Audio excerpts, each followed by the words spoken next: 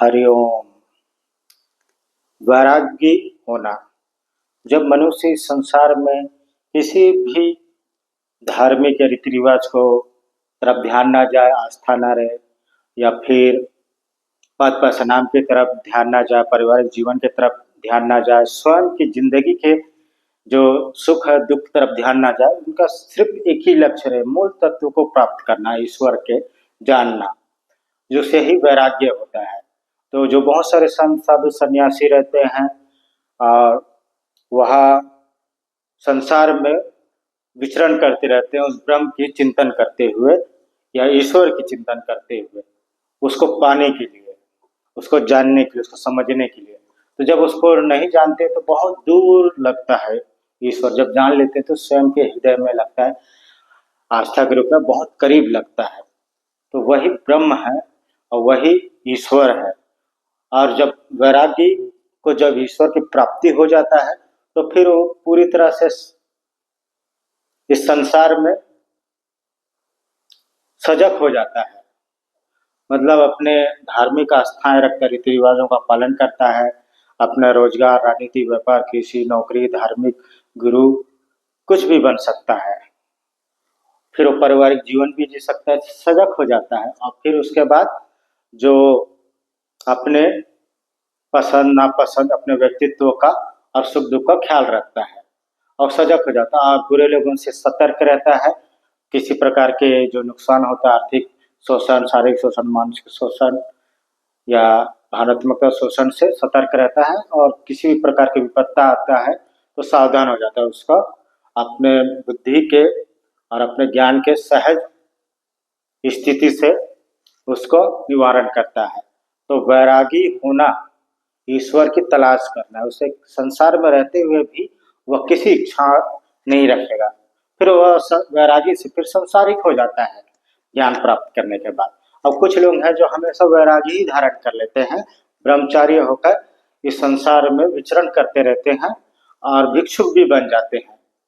तो वे ब्रह्म को जान लेते हैं, ईश्वर को जान लेते हैं। वैरागी होना वही है, वैराग्य हो जाता है, इस संसार के सुख दुख से परे हो जाता है मन स्थिति।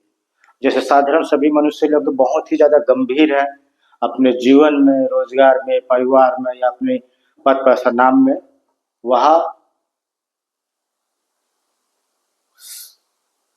पूरी तरह से सजग है इस संसार में।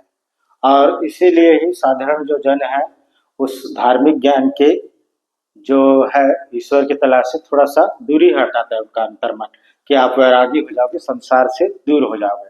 तो इसलिए वो धार्मिक चीजों का अनुसरण नहीं करते, सिर्फ रीति रिवाजों का पालन करते, अनुष्ठान करते हैं और ईश्वर के मंत्र जप तप के लिए, सिर्फ अपने सुखमय जीवन के लिए ईश्वर से मिन्नत करते, ईश्वर को प्राप्त करने की कोशिश में वैरागी हो जाता है। वैराग्य 13 साल 8 महीना तक चलता है, जब ईश्वर की प्राप्ति हो जाती है, तीव्र इच्छा होता है। तो ये वैराग से फिर संसारिक हो जाना, फिर सजग हो जाना है। और जो लोग हैं नहीं जानते हैं ईश्वर के मूल तत्व को, ब्रह्म स्वरूप को, वह स्वर्ग नरक की बातें करते हैं, जबकि जीवन में जीते हुए तीव्र इच्छा होने से वैराग्य हो जाते, ईश्वर की प्राप्ति हो जाती। ईश्वर को जानना है, किस प्रकार का दिव्य शक्ति प्राप्त नहीं होगा, प्रमाणित हो जाएगा कि ईश्वर मेरे भीतर आस्था के रूप में है। यह वही वैराग्य से निकलकर संसारिक हो जाना है। किस ईश्वर के जो 24 घंटा ध्यान मग्न करते हैं, क्योंकि जो ईश्वर है वास्तविक में मनुष्य की भीतर है और बाहर में शक्ति के रूप में है, वही ईश्वर है। बहुत सारे लोग ये कहते हैं कि इस दुनिया में महिला उत्पीड़न हो रहा है, जो गरीबी है, भूखमरी है, बीमारी है, हत्या कर रहे हैं, बुरे लोग हैं, तो ये क्यों है? ईश्वर है। तो ईश्वर का जो मूल स्वरूप है वो ब्रह्म स्वरूप में है, और जो वह सभी मनुष्य के भीतर नहीं है। 13-15 अरब में 3.5 अरब लोगों के भीतर है, और वह उनको किसी प्रकार का कोई नुकसान नहीं करते हैं लोग। जब वह उससे कोई नुकसान करना चाहते हैं तो ये अंतर्मन उसका जागृत हो जाता है। अब बाकी जो साधारण जो मनुष्य लोग हैं उनके अंदर भीतर ईश्वर नहीं है, उनको सजग रहना है और अपने सुख दुख के लिए काम करना है, अपना कर्म करना है जीवन के लिए।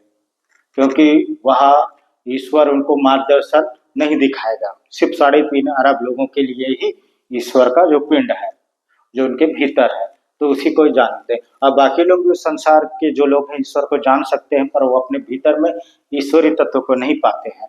वो ईश्वर को सकारात्मक शक्ति के रूप में पाते हैं, अच्छाई के रूप में पाते हैं। तो इस प्रकार वैरागी लोग ईश्वर से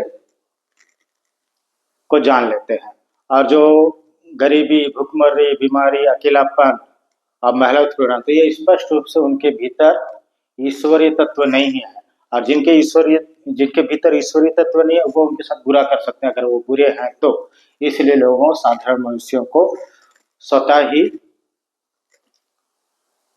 शांत रहकर और सुरक्षित रहना है, क्योंकि उनके साथ ईश्वरीय पिंड नहीं है।